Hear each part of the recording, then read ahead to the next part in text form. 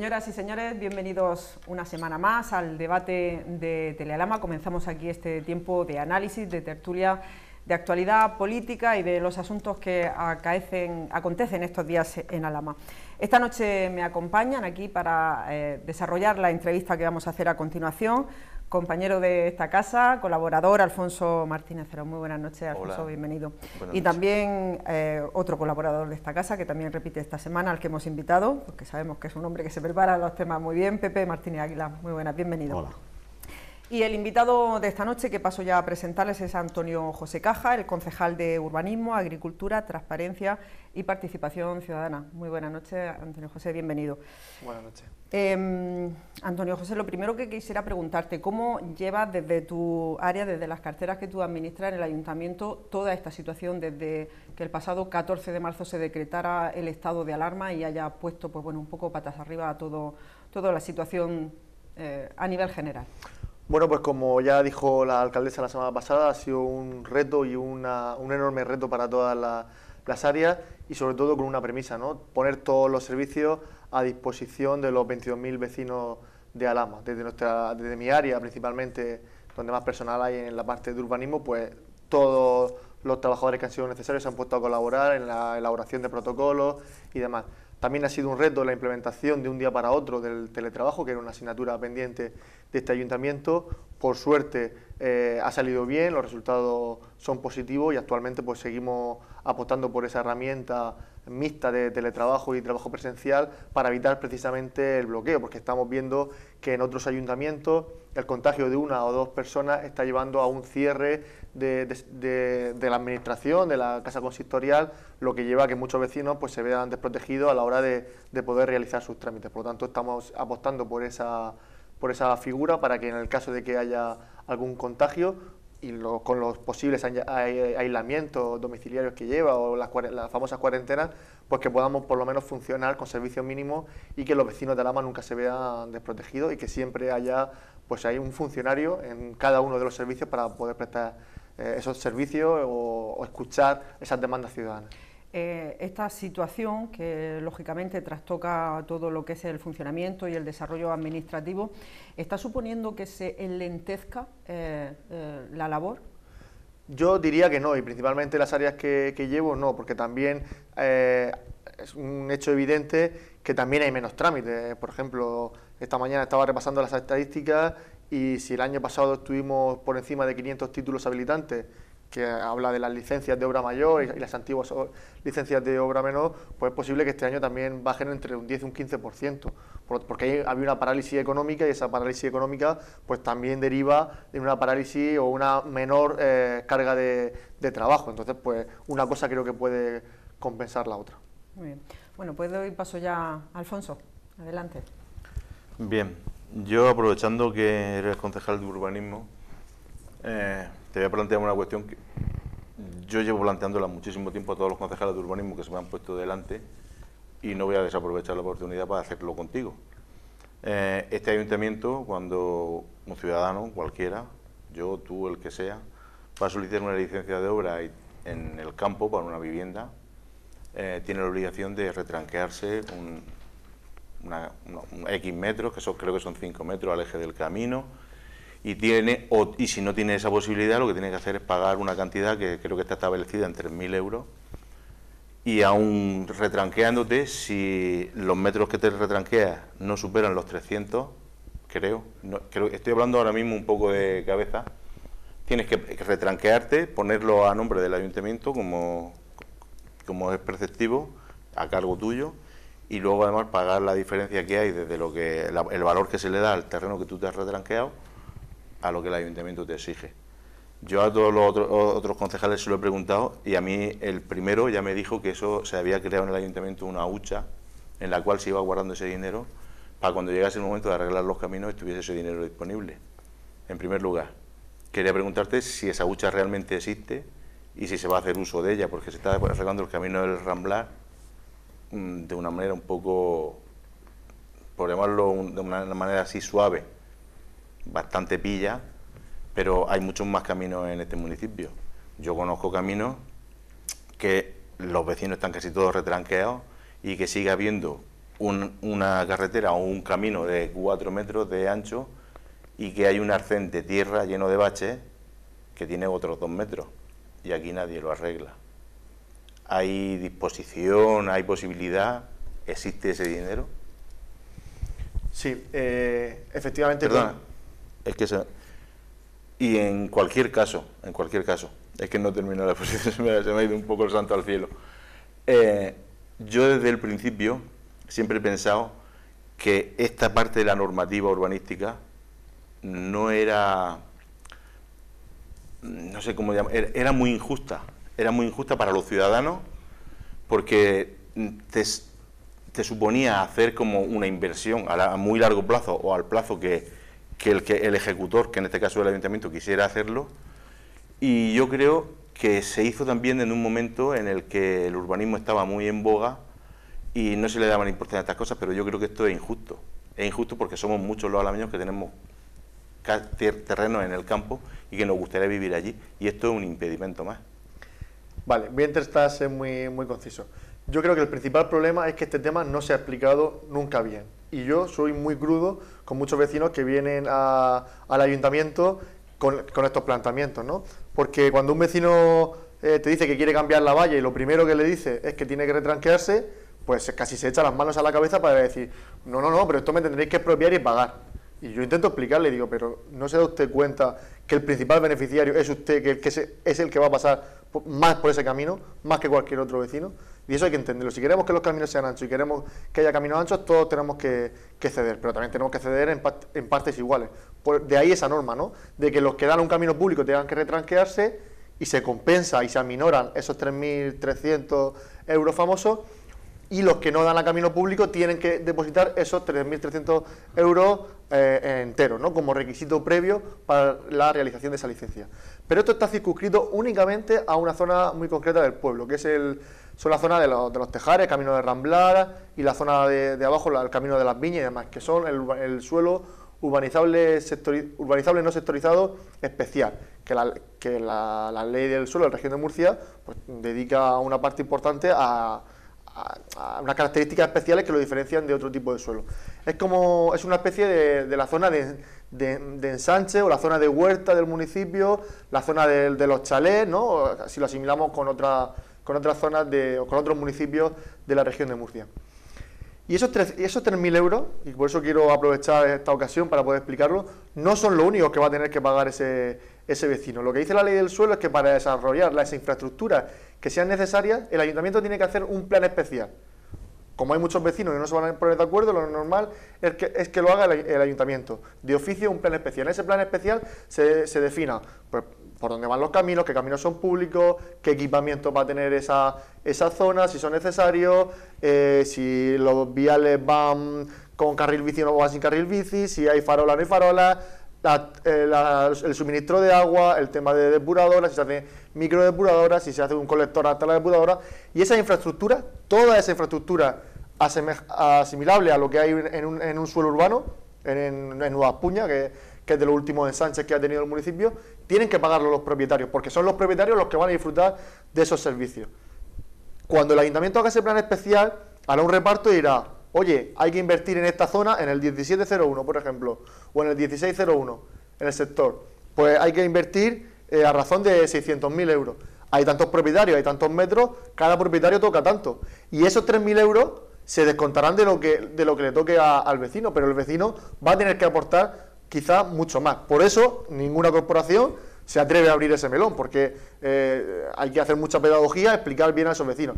Pero hay que decirle a esos vecinos que la diferencia entre ir a esa zona y comprar un solar, o un suelo, más que un solar, un suelo rural, pues no sea que puede estar ahora mismo el suelo a 20 euros el metro o 30 euros el metro, por decir algo aproximado, pues dice, bueno, pues es un suelo mucho más barato que si compras un solar de 100 metros en Nueva Espuña, que te puede salir a 200 o 300 euros. ¿Dónde está la diferencia? La diferencia está ahí, en que ese vecino no ha tenido que hacer un desembolso y en cambio el urbanizador o el que era propietario de esos huertos en la zona de Nueva Espuña o en la zona de la guardería cuando se amplió y convirtió esos huertos en calles, lo primero que perdió más del 50 o 60%, a cambio de solares más pequeños con mayor edificabilidad. Y además tuvo que costear con su propio capital, con sus propios bienes, calles, alumbrado y de todo. Y por eso es lo que hace que luego un solar cueste tan caro. Entonces es un tema de pedagogía. El ayuntamiento puede hacer dos cosas, o bien cobrar ese adelanto, o directamente no cobrarlo y luego cobrarlo todo de golpe. En el plan general se hizo así, y bueno, pues es una cosa que habría que revisar el plan general si quisiera cambiar.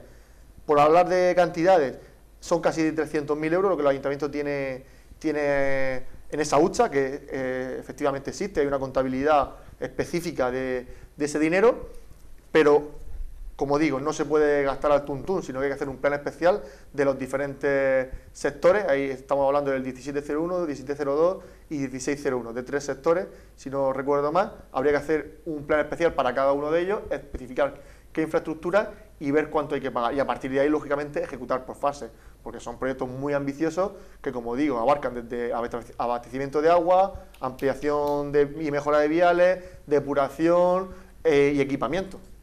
No esperaba menos, no me has defraudado.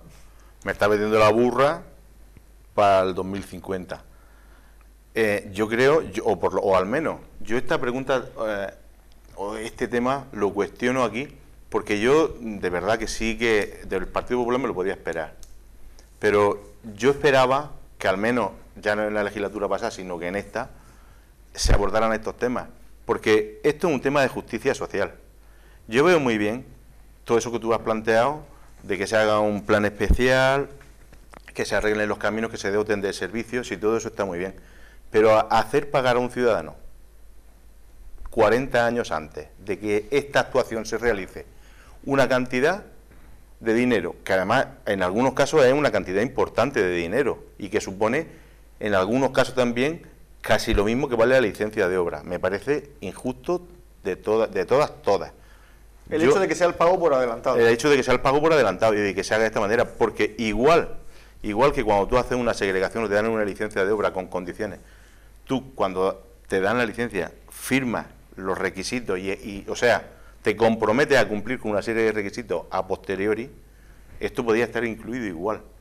Son más de 100 propietarios, ¿no? Si la hucha tiene unos 300.000 euros, son... Sí, no, pero es que hay muchos más.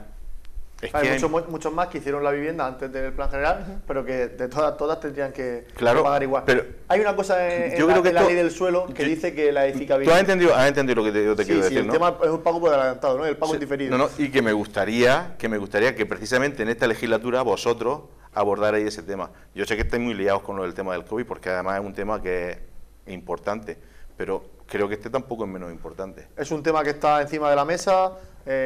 A principios de este mes de septiembre, hay una reestructuración importante en el departamento con una nueva recuperación de una nueva arquitecta.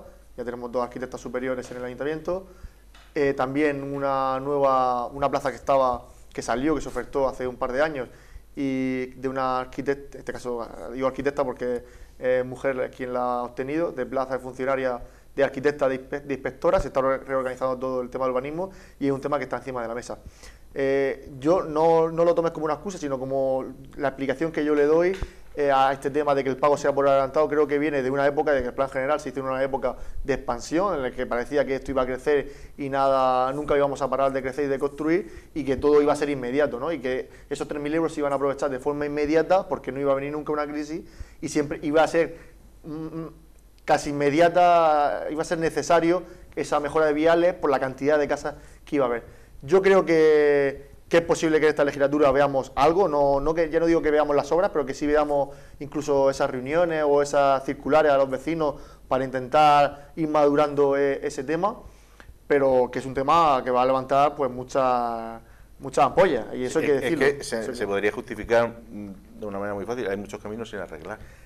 Y si no se ha desarrollado antes, y con esto termino, si no se ha desarrollado antes porque el ayuntamiento no se ha visto en la obligación de suspender la licencia. Porque dice la ley del suelo que cuando en estos sectores se agote el 40% del total de la edificabilidad, hay que suspender la licencia. Entonces, con la cantidad de suelo que hay de gente que piensa que tiene un solar en esa zona de los Tejares, del Ramblar, de 2.500, y que el hijo o el nieto se va a poder hacer la casa o que lo va a poder vender por casi 70 o 80.000 euros, en el momento que el ayuntamiento diese un puñetazo en la mesa y suspendiese la licencia, todo el mundo se movería para poder desbloquear esa situación. Pero como la realidad es que actualmente compra un solar vas el arquitecto, haces el proyecto y el ayuntamiento te da licencia, pues todo el mundo prefiere pagar los 3.000 euros y mirar para otro lado.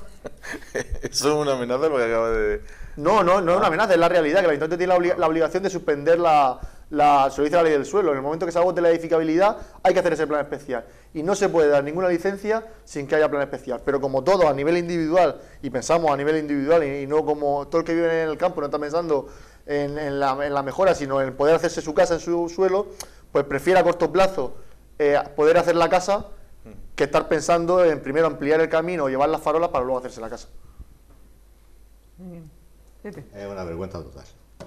Es una vergüenza total y parece ingenuo Alfonso total también, porque él está pidiéndole al PSOE, que fue partener del PP, el momento que se hicieron esto. O sea, es que no entiendo... En la redacción del plan general. Claro, es que no entiendo qué le pides tú para el Olmo, pues que ellos fueron los promotores con nocturnidad y alevosía de que esto se hiciera.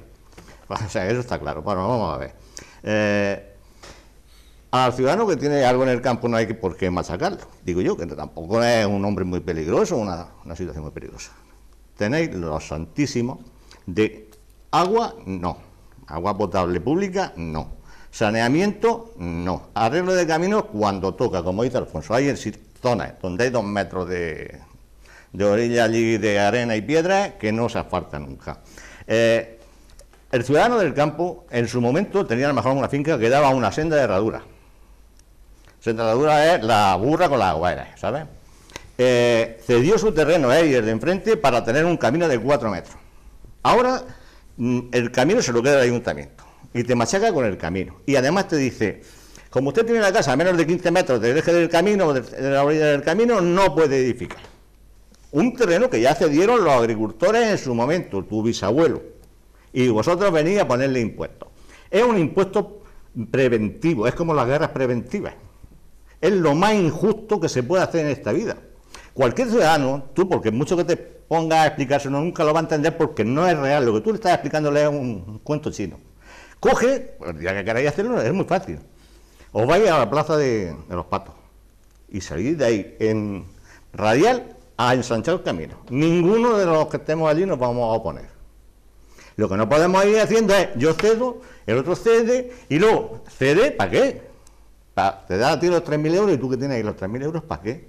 Si tú no me vas a poner, no me pones ni agua, caja, si no ponéis ni agua potable, y vaya a dar que el servicio vaya a poner farolas, vaya a contaminar más.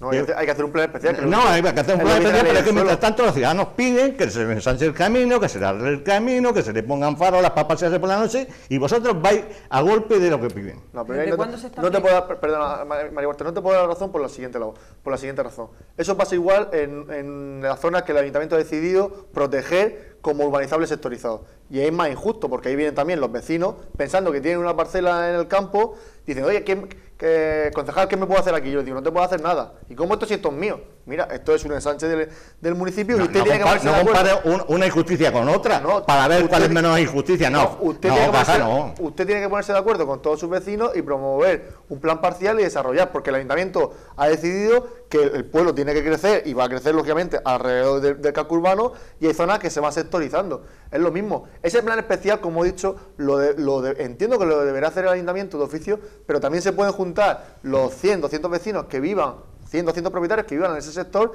y presentarlo y promoverlo. Lo normal es que lo haga el ayuntamiento por la falta de entendimiento, porque es muy difícil poner a más de 2 personas de acuerdo. Pero esto pasa y es así. Y el ayuntamiento, pues, a lo mejor en lo último, yo no voy a responder de lo que se ha hecho, yo puedo responder de mi gestión. No ha sido una cosa prioritaria en los últimos 4 años, sí nos lo hemos planteado ahora con la incorporación de la nueva arquitecta, pero insisto, es una cosa muy sensible y no es cuestión solo de infraestructura, que tú con tu perspectiva y con el conocimiento que tienes del funcionamiento del ayuntamiento y de la normativa urbanística, si eres consciente de que el día de mañana te va a llegar una factura del ayuntamiento, quizás para que tengas que pagar más, pero tú lo vas a pagar a gusto. Pero la realidad es que el 90% de la gente, cuando lo hagas pagar, dice, si yo ya tengo mi casa en el campo, si yo ya tengo luz y yo ya tengo agua, ¿cómo que el ayuntamiento ahora viene a exigirme que yo pague? Y esa es la realidad. Por eso digo que es un tema que no está maduro, que habrá que trabajarlo con mucha pedagogía y que nosotros no nos escondemos. Ahora, lo del impuesto por adelantado, pues bueno, dice, ¿te puedo dar la razón? Pues sí, que esos 3.000 euros están mejor en el bolsillo del ciudadano que en el del ayuntamiento. Pero, insisto, yo lo achaco, y esto es una opinión personal, lo achaco a que el plan general de ordenación urbana se hizo en una época muy expansiva, donde el crecimiento era exponencial, donde la construcción era exponencial, y bueno, pues se pensaba que eso se iba a hacer de un día para otro, y de repente llegó el parón. Pero que lo diga una administración como la nuestra, nuestro ayuntamiento, que ha permitido, por ejemplo, el edificio de aquí de alrededor del pueblo, los importantes y las calles importantes, se han hecho y han dejado aceras de 80-90 centímetros. ¿Cómo? Pero hace pocos años no había retranqueo. ¿Cómo ese ayuntamiento luego le dice al del campo, retranquéate, págame 3.000 euros? Si aquí en el centro del pueblo hemos dejado aceras de 90 centímetros. En la American, vete a Florencio Jabaloy, mira a ver lo que hay ahí. Pero Pepe, precisamente por eso hay una diferencia, en este caso, del que da el camino público y cede, que no paga lo mismo, porque si se le descuenta, creo que es a 10 o 15 euros el metro cuadrado, lo que cede de esos 3.000 euros. Los 3.000 euros esos los paga íntegramente el que no da un camino público y no tiene que ceder. No, pero espera, vamos a tocar el tema de aquí. ¿Por qué se deja que haya aceras de 90 centímetros cuando se edificó hace 4 días? ¿Por qué no hay un retranqueo? Porque se respeta la alineación que el plan general... No, pues claro, porque resulta que siempre pagan los mismos, los otros no pagan. Los otros resulta que tenemos organizaciones nuevas que da pena verlas. Otro tema, el tema de la ordenanza de solares, de obligación de construcción y de solares. Al final, aquello se volvió hacia atrás. Nos vendieron la burra de que era cuestión de la comunidad autónoma, la ley del suelo, la que obligaba a que se hiciera esa ley y se aprobara, ¿no? Aquí hicimos, en principio, se hizo una ordenanza que luego la finiquitaron porque no convenía, ¿no? ¿Verdad?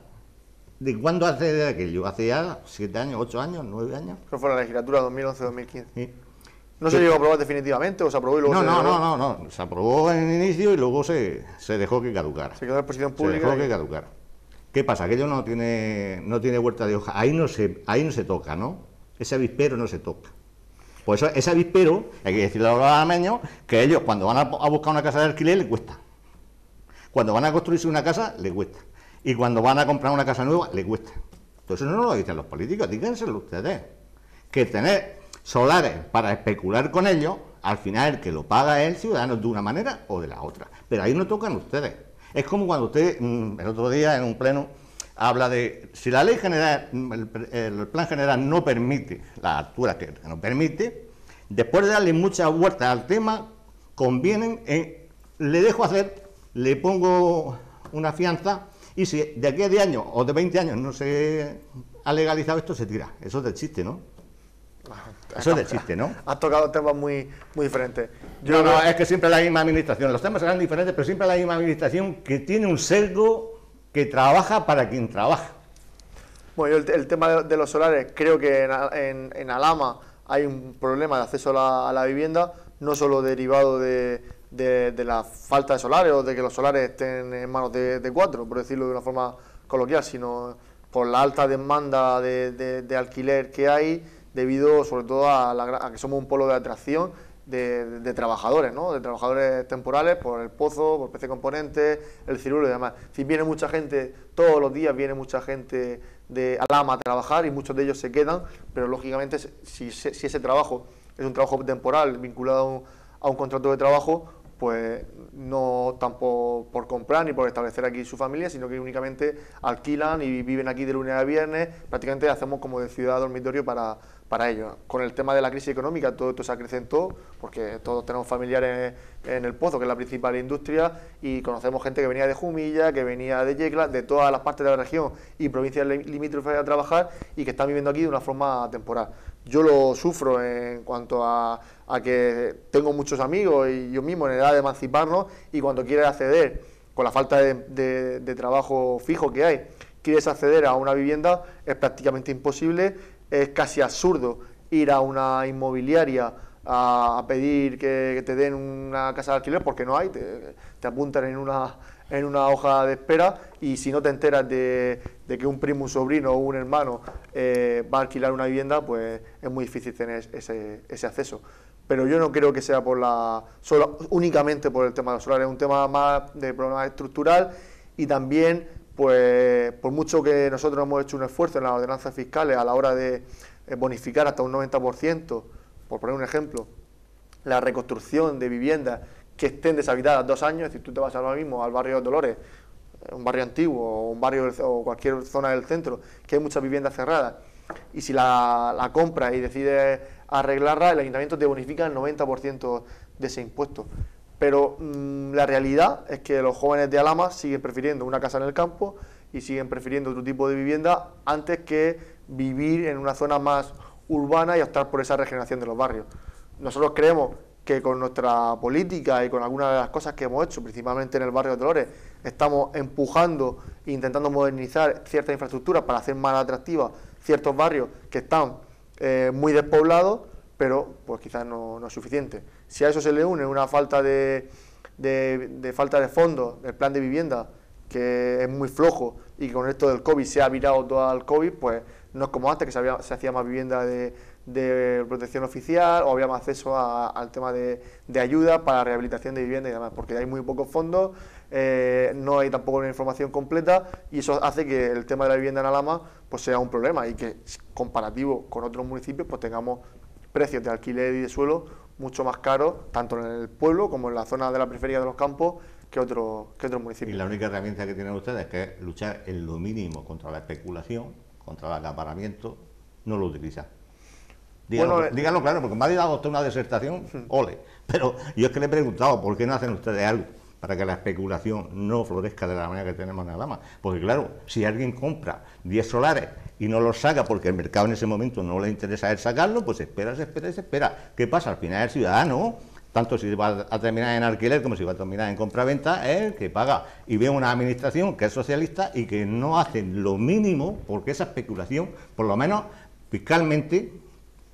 Es que hay más explicaciones, es decir, intentar llevar todas las explicaciones a reducir los documentos tanto, al final lleva a una... No, yo no reduzco, yo digo, es lo mínimo que tenemos para poder actuar, y no actuáis. No, el ayuntamiento sí sabe quién son los propietarios que acaparan y que aglomeran, y que tienen a disposición tanto viviendas para poder alquilar como solares para poder edificar.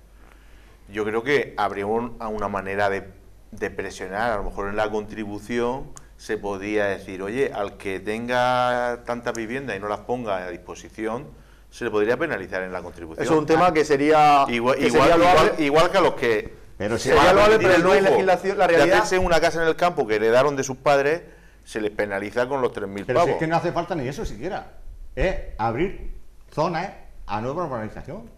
Claro, pero es que como vosotros parece que trabajáis para quien trabajáis, al final resulta que no se abre terreno nuevo. ¿Por qué? Porque hay terreno ahí, pero déjalo que especulen, coge y abre de la carretera para abajo. Más tarde, más temprano tenemos que saltar, ¿no? Estás autorizado. Pues vamos a abrir terreno ahí. Ya verás como el que está especulando aquí terminará especulando, pero en 100 años.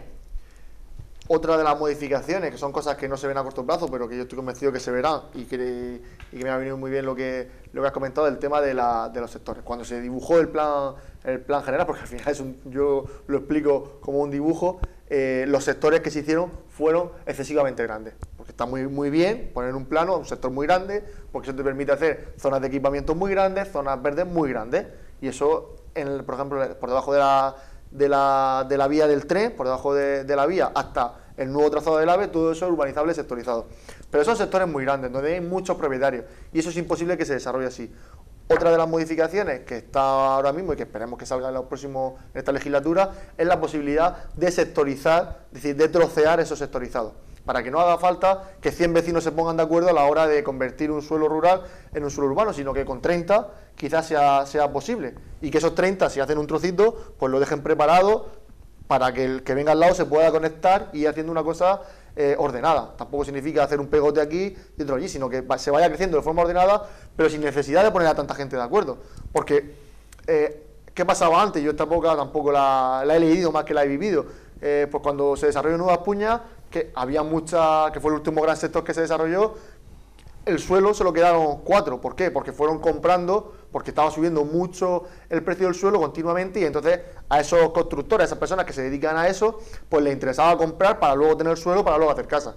Pero la realidad ahora no es esa, es que ya no hay grandes empresas en Alhama que se dediquen a la promoción del suelo. Sí hay grandes tenedores de suelo, sobre todo por tema de herencia y de familias que tienen mucho suelo en Alhama, pero esas familias, la mayoría ya no se dedican a construir y a hacer viviendas, están un poco todo en stand-by. Entonces es necesario que también trocear eso para que no sea necesario que tanta gente se ponga de acuerdo a la hora de hacer un sector, y que cuando la vía del tren, que va a ser una cosa que se va a ver también en esta legislatura, el nuevo trazado del AVE y la posible anulación del trazado actual, pues que Alhama crezca hacia abajo, hacia ese nuevo trazado del AVE, y que crezca de forma ordenada, donde hay muchos pequeños propietarios que sí les puede interesar transformar ese suelo rural en un suelo urbano, y que el pueblo se ensanche no solo para Totana, que es lo que hemos visto en los últimos años. Ha hablado en un momento de tu exposición de las zonas verdes.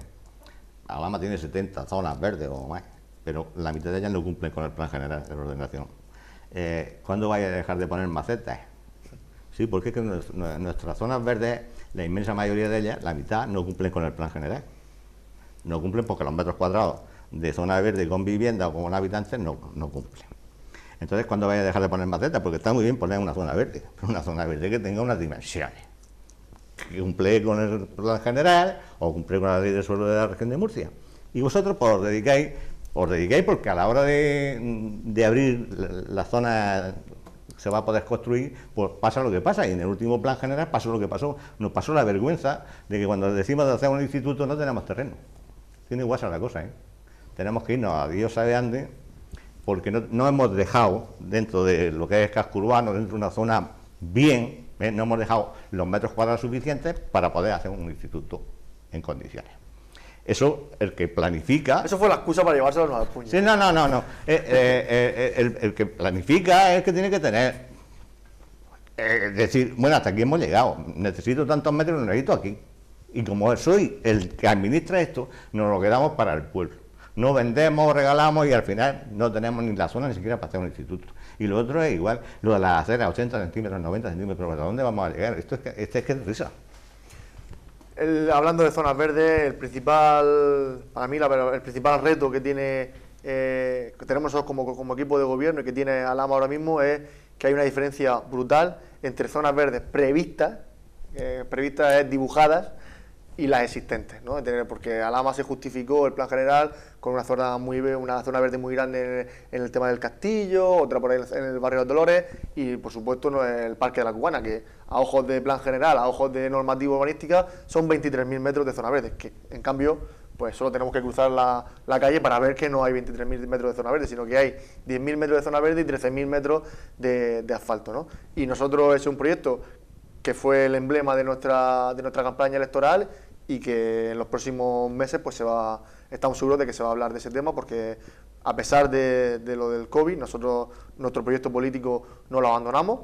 Sabemos que y somos conscientes de forma responsable que esto del COVID puede tener una incidencia en cuanto a los plazos y tiempos de ejecución o porcentajes de ejecución, pero nosotros nos presentamos con una hoja política clara, que era recuperar el centro para los ciudadanos, hacer ese gran pulmón verde, y no renunciamos.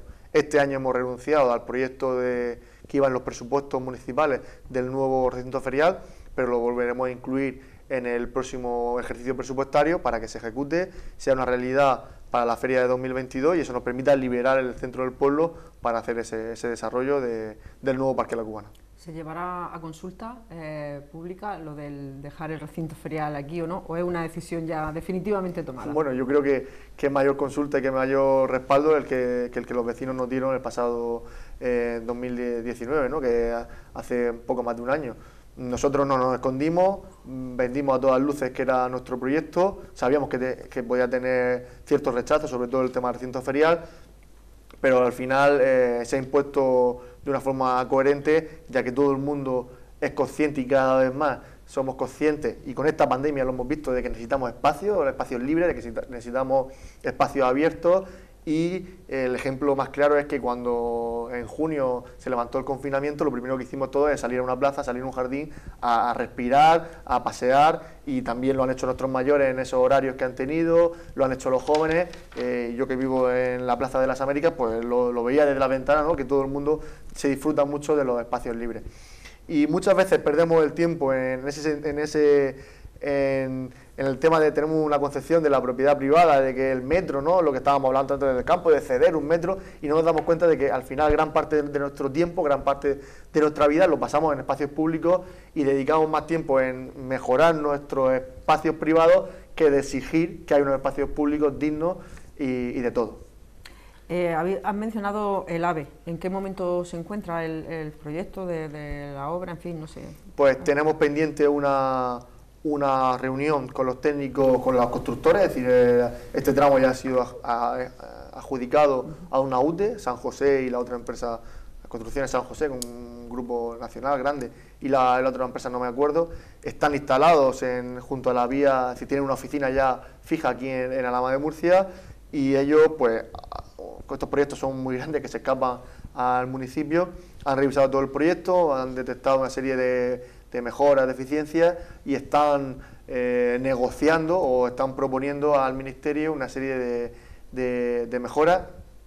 Lo que vamos a aprovechar nosotros como equipo de gobierno es en volver a repetir las pequeñas cosas que entendemos que no se han tenido en cuenta dentro de este proyecto de AVE, como es una conexión con la nueva estación a través de la calle Lorenzo, lo que sería la continuación natural de Lorenzo Los Rubios, para que todos los vecinos se sitúen donde está ahora mismo la estación la policía local. Pues entendemos que la salida natural del pueblo hacia la estación de ferrocarril sería por ahí y no por el puente y por la rotonda de los Cabezos, para entendernos, ¿no? Esa es una de las reivindicaciones. Otra de las reivindicaciones que teníamos era que se aumentase la zona que va en viaducto, para eliminar terraplén, para aminorar el impacto visual y sobre todo ganar permeabilidad, pues a la hora de caminos, de problemas de inundaciones, de lluvias. Cuanto más permeable sea el pueblo hacia abajo, pues mucho mejor. Y como digo, en los próximos días vamos a cerrar una reunión con esta empresa para ver los temas que ellos están planteando y nosotros volver a intentar una vez más que sean atendidas nuestras demandas. Yo creo que el proyecto del AVE es un buen proyecto para Alhama, sobre todo porque va en alto y eso va a generar mayor permeabilidad. Ahora mismo la vía es una barrera física que hace de límite del pueblo, y pues tener el AVE en altura, en el mayor tramo que atraviesa nuestro casco urbano, pues es una ventaja. Pero ese tema no venía ya de antes, no estaba ya previsto así. Sí. El tema es que ahora, como se ha adjudicado, ha habido nosotros en esta legislatura que acaba de terminar hemos vivido toda la época de las expropiaciones, que ya se iniciaron en su día. Ha habido una pequeña modificación del trazado, que en Alhama prácticamente significaba en algunas zonas moverse unos metros hacia arriba o hacia abajo, nada que ver con Lorca o los movimientos que había en Totana.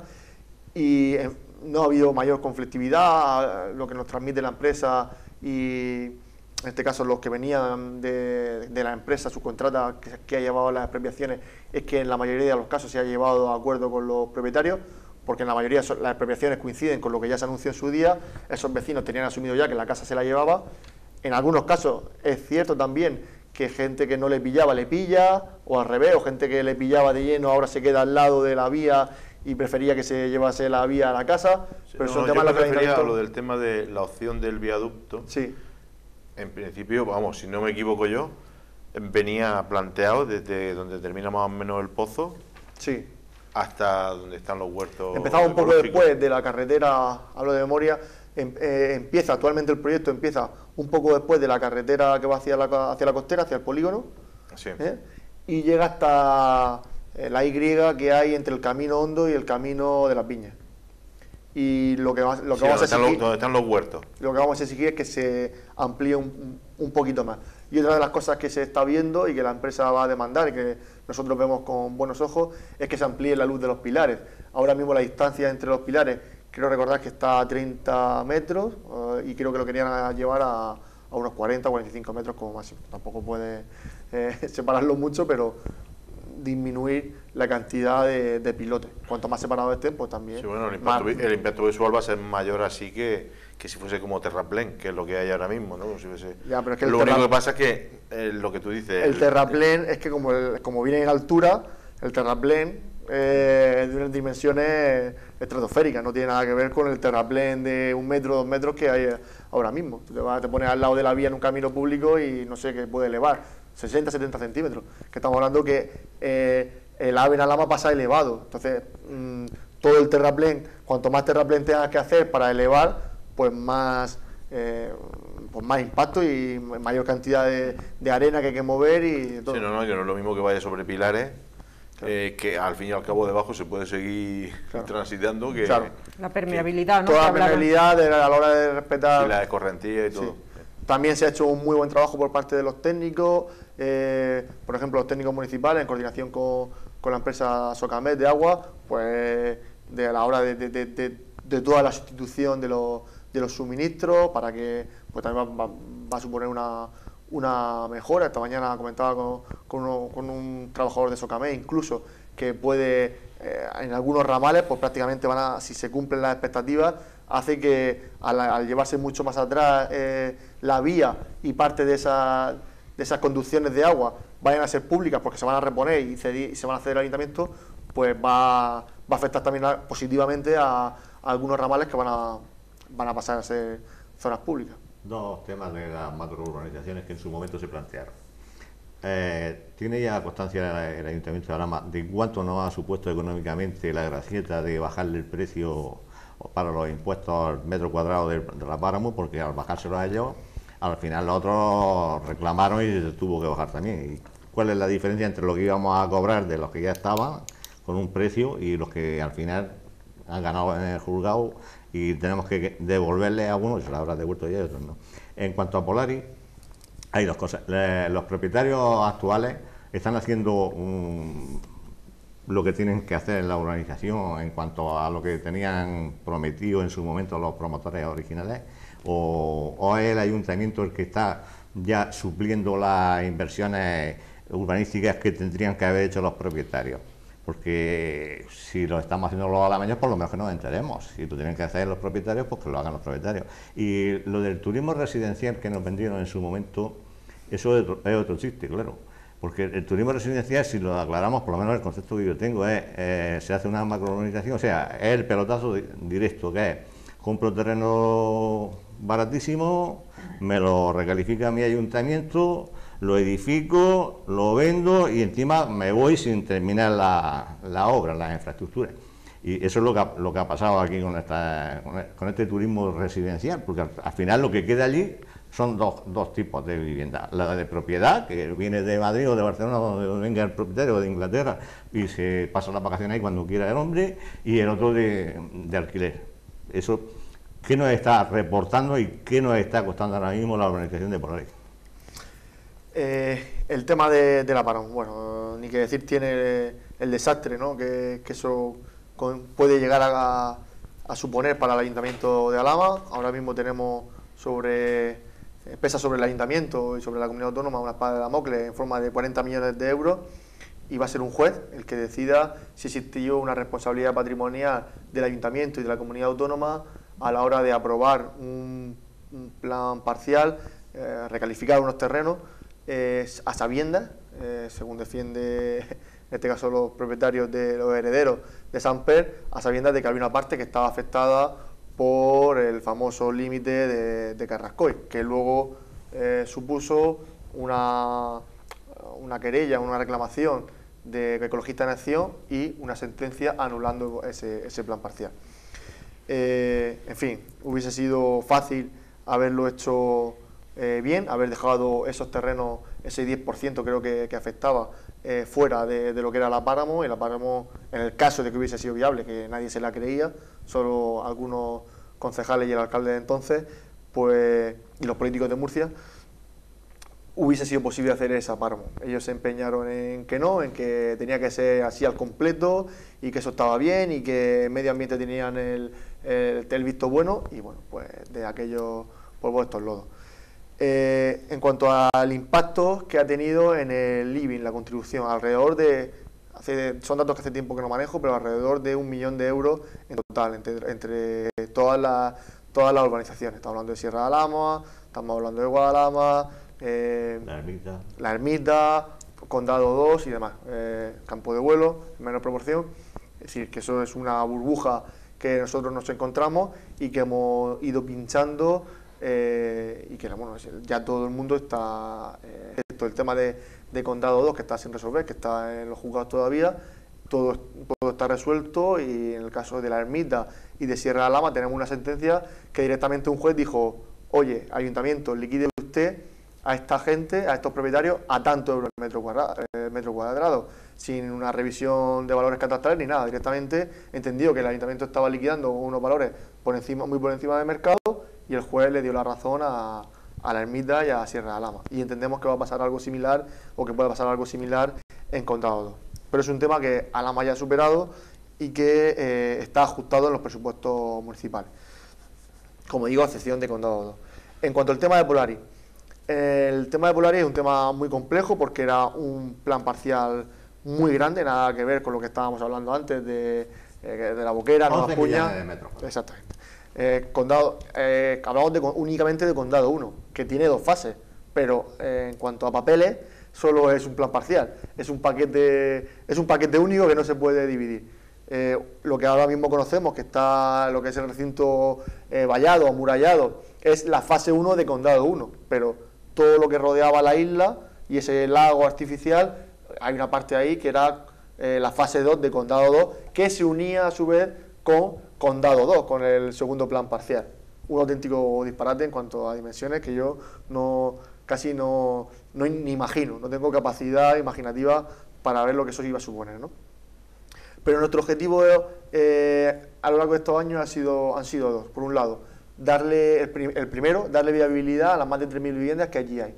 Nosotros nos encontramos con una urbanización con bastantes deficiencias en pues, lo que hablamos, igual el tema del servicio de agua, que se perdían los metros cúbicos, que eso se ha hablado aquí en este debate muchas veces, el tema Por cierto, ¿se ha encontrado la fuga? Se ha mejorado en un porcentaje pero la fuga no se ha muy alto, no se ha encontrado esa fuga, pero es verdad que comparando las estadísticas, pues ahora la eficiencia está cerca creo que entre el 85, por encima del 85%, que ya se entiende con lo que allí hay, es decir, que puede haber una efectividad por la diferencia de la contadora. Estamos hablando de una red que tiene 100 años en Alhama y una red que hemos asumido hace 4 días. Esa comparativa... No, pero no con lo que... No, la Alhama estaba al 60 y tantos por ciento cuando se llegaba. Ahora también en torno al 80, normalmente. Sí, pero sabes tú que la Alhama... Nuestro 80 también corresponde con un contador solo, la mitad. O sea, ya es más fácil, pero eso es más ganancia para la empresa. Pero lo que dicen los técnicos es que lo que ellos perciben es que sí, que esa situación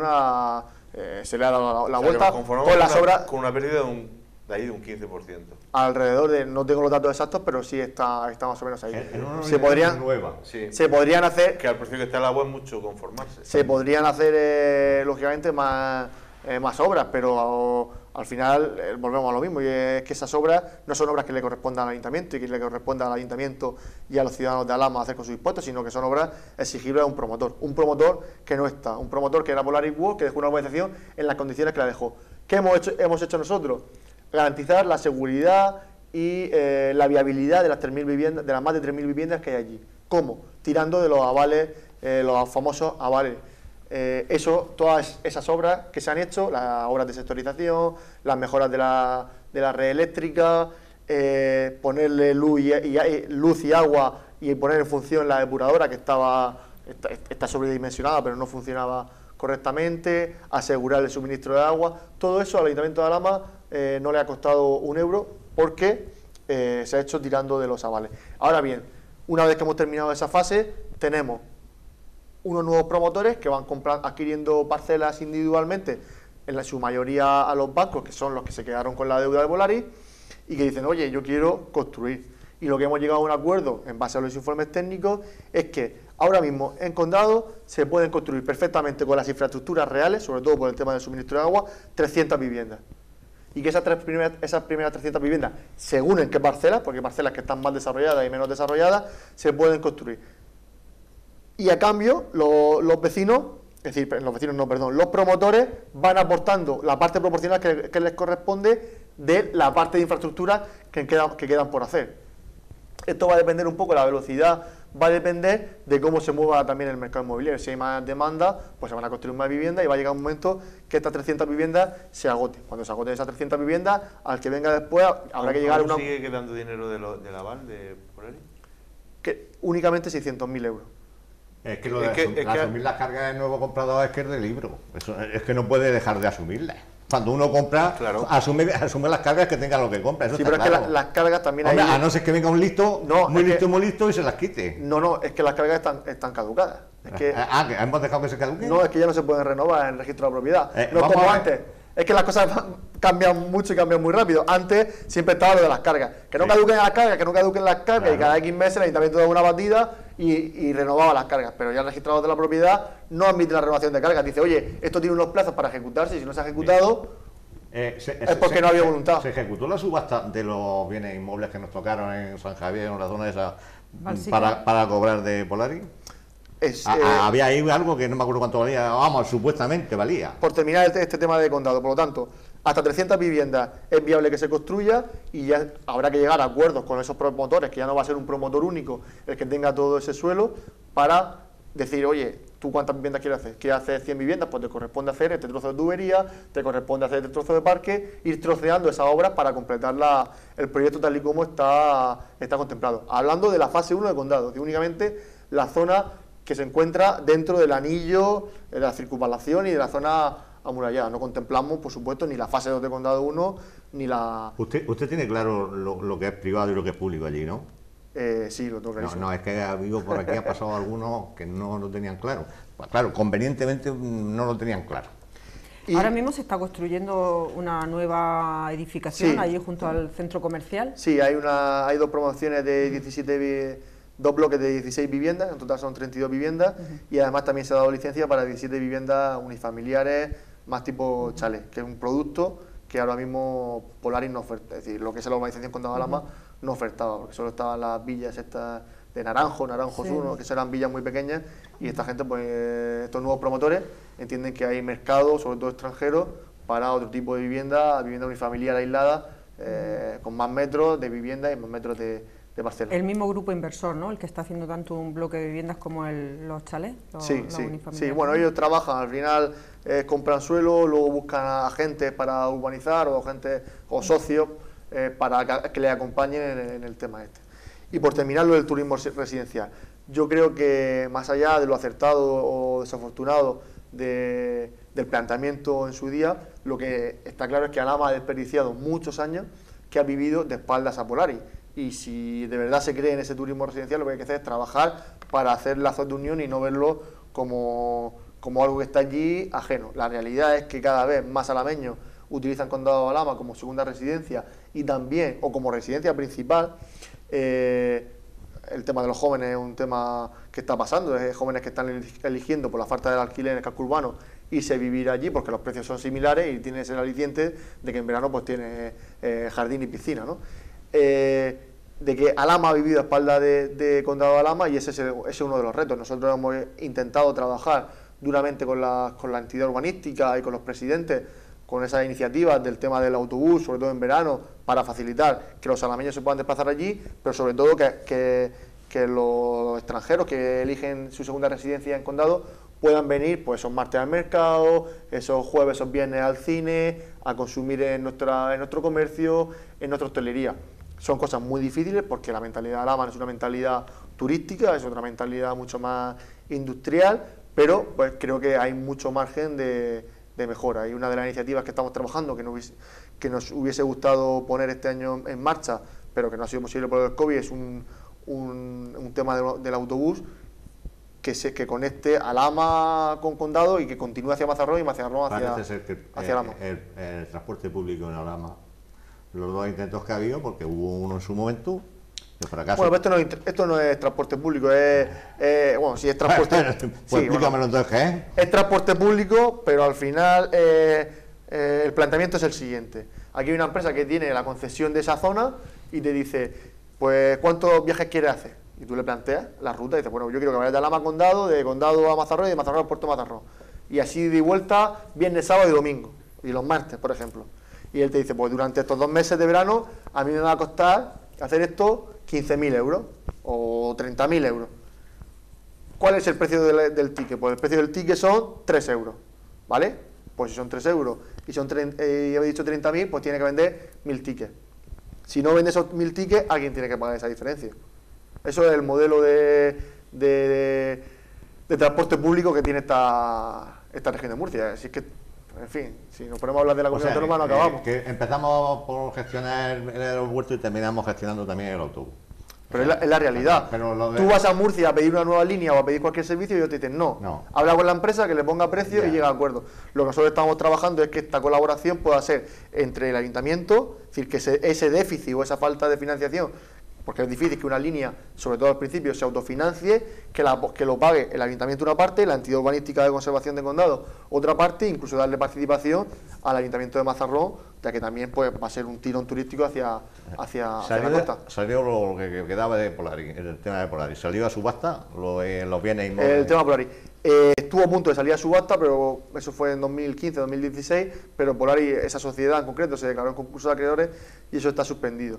Nosotros hemos tenido el concejal de Hacienda y la empresa de recaudación han tenido varias reuniones con Pricewaterhouse, que son los administradores concursales, y estamos en vías de intentar llegar a un acuerdo. Estamos estudiando cuál puede ser el acuerdo menos malo para el Ayuntamiento de Alhama. Porque tenemos miedo de que ese paquete, y lo digo con toda la transparencia que lo está hablando esta mañana con la alcaldesa y con el propio concejal de Hacienda, tenemos miedo a que esa hipoteca preferente que tiene el Ayuntamiento sobre las famosas oficinas de Polaris se meta en un paquete muy grande y se diluya y el valor residual puedan ser 100, 150.000 euros. O sea, nada. Cuando la deuda hacia el Ayuntamiento, ¿cuánto es? Medio millón o más era. Era alrededor de 1.200.000, creo, sí, 1.200.000. O sea que podemos quedarnos sin cobrar. Sí. Así de... Hablando de autobús, sí. ¿El autobús a la Risaca? El autobús a Risaca sigue el mismo esquema que lo que acabo de explicar del autobús a Condado. El otro día lo comentábamos en la Junta de Gobierno, la alcaldesa dice que lleva todo el verano intentando contactar con la directora general de transporte. Esta semana misma creo que comentó la alcaldesa que iban a una reunión para intentar desbloquear este tema, que tiene numerosos correos, que es muy difícil contactar con esta gente, que están muy inaccesibles, se ve que tienen mucho trabajo y nuestra intención es ponerlo con ese mismo sistema. Sabemos que va a tener un coste, que una parte se sufragará con lo que los propios ciudadanos de Alhama aporten con su billete y el resto pues tendrá que sufragarlo con presupuesto municipal. Lo ideal es que cuanta mayor aceptación tenga esta línea y más acertemos a la hora de diseñar esa ruta, sobre todo los horarios y demás, pues más fácil sea que se autofinancie. Estando Afonso y yo, no podemos irnos ninguno de los dos a dúo de preguntarle los 11 millones de Polaris, ¿dónde están? Bueno, es un tema que no me puedo creer que nadie del equipo de gobierno, de la oposición, diga algo. Que no me lo puedo creer porque montáis unos sitios y unos teatros por una pelufa caña que da risa. Pero luego resulta que por 11 millones que se gastaron y no han vuelto a la bolsa que tenían que volver, pues no dice nadie nada. Y el ciudadano, yo entre mí digo, bueno, ¿dónde están esos millones? ¿Dónde se gastaron? ¿Qué ha dicho el Tribunal de Cuentas? Porque estaba en el Tribunal de Cuentas, ¿no? Pues Antonio, que habrá prescrito. Aquí prescribe todo lo que nos beneficia. Prescriben las deudas. Yo creo que los 11 millones fue una campaña que se montó un partido, creo que fue, no sé si eran CDL o eran CCD o no me acuerdo, el partido de Ángel Cánovas para llegar al gobierno, que luego cuando pactaron con el Partido Popular y tienen una pantomima allí de informe de qué tal, cuando todo el mundo sabía que ese dinero no se había gestionado bien, es decir, significa que se había gastado, pero no se había gastado quizás en lo que exige la ley que se tiene que gastar, pero eso no significa que esté en el bolsillo de nadie, y así de claro lo digo. Eso se dijo de primera, pero alguien nos debe decir. Y es muy sencillo, porque cuando tú ves un presupuesto municipal del año 2006-2007 que rondaba los 40 millones de euros y ahora mismo estamos en un presupuesto de 20 millones de euros, si Alhama es más grande, supuestamente hay más cosas, hay más servicios y estamos casi en la mitad del presupuesto, pues había unos presupuestos inflados que se hicieron muchas obras, se hicieron muchos gastos en todas las concejalías por parejo, por encima de lo que actualmente se gasta, y ahí está ese dinero. Pepe lo que quiere decir es que como yo soy muy ingenuo y me creo cualquier cosa, cuando se nos dio la explicación de que había 11 millones de euros que se habían gastado, pero que no se sabía en qué se habían gastado. Se justificaron, de los 19, se justificaron 8, que se habían gastado en esto, en papel, en lo que fuese. Quedaban 5 que decía el informe de intervención, ni con calzador somos capaces de colocarlo. Pero resulta que en aquel momento el que gobernaba es el que dio esa explicación. Y lo que sí que esperábamos es que ahora se nos dijera, porque ahora antes estabais en la oposición, podríais haber hecho más presión o menos presión, o podríais acceder a más información o a menos información. Nosotros la explicación que nos han dado siempre desde el principio, cuando llegamos en 2015, entonces la interventora que había y demás, de lo que había conocido de ese expediente, es eso, que ese dinero se había gastado, pero el problema que había sido un problema más técnico que político, y también hay que decirlo así, era un tema de que los técnicos permitieron y aprobaron ciertos gastos, porque yo para comprar una caja de boli tengo que hacer una propuesta de gasto, yo como concejal, un técnico tiene que firmarla, pero es que el interventor tiene que darle el visto bueno, y se habían dado el visto bueno en una serie de gastos que no eran compatibles. Alguien tendrá que asumir una responsabilidad antes de que eso prescriba, si no ha prescrito ya. Pero es que es lo mismo que los 300.000 euros. Si los 300.000 euros están, ¿pero qué significa? ¿Que está en una hucha? No está en una hucha, está en la caja común, pero hay una contabilidad que permite saber que hay 300.000 euros para el tema de cuando se hagan esos planes especiales que hemos hablado al principio, y cuando se tome el tema habrá que decir, ojo, generar un crédito de 300.000 euros en base a todos estos ingresos. ¿Y de dónde se va a coger el dinero? Del remanente, pero está diferenciado y se sabe que ese dinero es para eso y que solo se puede gastar en eso. Y el interventor no puede, en este caso interventor, no puede autorizar otro gasto con ese dinero, con esos fondos, que sea eso. Eso es en qué consiste la contabilidad pública.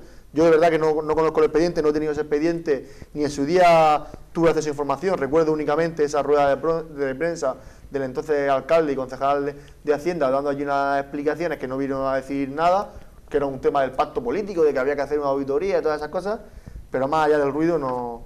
Creo insisto, que fue una campaña. Esas facturas se supone que estarán por el ayuntamiento. Por supuesto, claro que sí. Lo que creo yo es que el interés que se ha demostrado por parte del equipo de gobierno actual y el anterior, pues no debe ser mucho, porque tiene unos servicios jurídicos a disposición, que se sabe que si está puesto en manos del Tribunal de Cuentas, como mínimo preguntar, oiga, ¿de lo mío qué? De los 11 millones de Lama, ¿me dice usted algo? ¿Nos quedamos todos calladitos? ¿Por qué? Claro, nos quedamos calladitos. Quedamos calladitos porque los dos principales partidos estaban en el mismo tema y se gastaban el dinero. Pero Pepe, vamos a ser rigurosos, es decir, a veces se cargan encima de la espalda del político cosas que no deben cargarse, porque al final para eso están los técnicos también, ¿no? Pero hombre, se demostró clarísimo. Tú tienes un presupuesto de 20 millones y resulta este año, con los ingresos normales que tienes, los normalitos, y al año siguiente tienes uno de 40, como tú dices. ¿De dónde han aparecido los 20? Pues ya está. Que el político no sabía de dónde habían venido. El interventor lo tenía que saber, por supuesto, claro que sí, y pararlo, pero no lo paró. Pero el político no sabía que se estaba gastando el presupuesto del año anterior, que era más o menos lo que le correspondía, más medio presupuesto más. No lo sabía. Ese dinero va a PMS, lo que se llama el patrimonio municipal del suelo. Pero es que si te lees el artículo que dicen que puede gastar PMS, te dice por una serie de obras, de infraestructura, no sé qué. Y luego te pone un cajón desastre de que cualquier obra que se interese, o cualquier, no sé la palabra ahora mismo, porque nosotros lo hemos estado viendo con los 700.000 euros que quedaba de PMS, que se han ejecutado obras como el vial del Praico y otras cosas. A veces queríamos justificar ciertas cosas y decíamos, esto se puede o no se puede, y siempre te decía el técnico, bueno, pues aquí hay un cajón desastre, que si hay un interés público o no sé qué, los famosos intereses públicos. Cuando se justifica cierto interés público, pues también, PMS también. Bueno, y ese problema es un tema de interpretación. Pues ellos a interpretaron en su día, y los técnicos fueron benevolentes en la interpretación de que ciertas inversiones o gasto corriente, que es la crítica que se puede hacer, que se aumentó mucho el gasto corriente con cargo a esos 40 millones de euros. Pero hombre, tendrá que dejar rastro, tendrá que dejar unas facturas. Es que hay 5 millones que no hay donde acoplarlos. Es que no estamos hablando de 5 euros. No, que no acoplarlos, no, que no se pueden justificar. Claro, cargo porque no hay un justificante de gasto, porque no hay un justificante de gasto. Cuando no hay un justificante de gasto, yo puedo pensar lo que quiera. Pero no. Hombre, como que no. Tú me dices, me he gastado 5 millones y me dices, mira, hemos arreglado esto, hemos hecho esto. Digo, oye, bien o mal está, pero es que tenemos 5 millones de euros que no tenemos justificantes. Yo insisto, creo que ahí se lanzó un mensaje muy interesado por parte de un partido político. No, si el mensaje que mandar está claro, pero yo como ciudadano... Estamos hablando de cuestiones que sucedieron el mensaje está en que no hay una justificación Pepe, documental. ¿de qué año fue esto? Pues estamos hablando de la última legislatura del PP con CCD, estábamos hablando ya de 2005, 2007, 2006, 2007. No, 2011, 2015, No. perdón. 11-15. 11-15. Legislatura 11-15, 11-15. Hemos agotado el tiempo. Si queréis hacer una pregunta No, breve no, y es respuesta 11-15. breve. No, no es 11-15. Bueno, El anterior. 7-11 es cuando se hace el gasto El 7-11. y 11-15 cuando se busca esa En el 7-11 justificación. estabais vosotros y en el 11-15 ya no. Muy bien. Bueno, pues, Alfonso, algo en el tintero rápido. Sí, bueno, yo quería tocar el tema del COVID, porque hay algo Breve. que el tema de los contagios, porque estábamos hablando antes del inicio del programa, de que en Totano ya había 77, en Alhama había 7, en estas últimas 24 horas, y yo no sé si desde la administración pública se puede hacer, o sea, desde el ayuntamiento, se puede hacer algo para intentar ayudar o intentar frenar esto. Porque el tema de los confinamientos es un tema muy delicado y es que la gente lo incumple reiteradamente.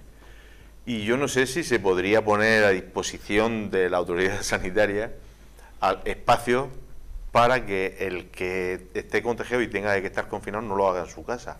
Porque hay gente que no está preparada para quedarse en su casa y en otros casos tampoco las casas reúnen condiciones como para que esta gente se quede confinada en su casa 15 días o 20 días o 14 días. Muy rápidamente, nosotros lo que estamos trabajando, sobre todo a través de la Concejalía de Bienestar Social, es de que todas esas familias puedan tener todos los servicios que necesiten, de compra, de alimentos, medicamentos, todo para poder cumplir esa cuarentena. Ese escenario de habilitar espacios públicos, en la época de la primera oleada de marzo sí se contempló, pero ahora las autoridades sanitarias, que son las competentes, no nos han pedido que pongamos esos espacios a disposición.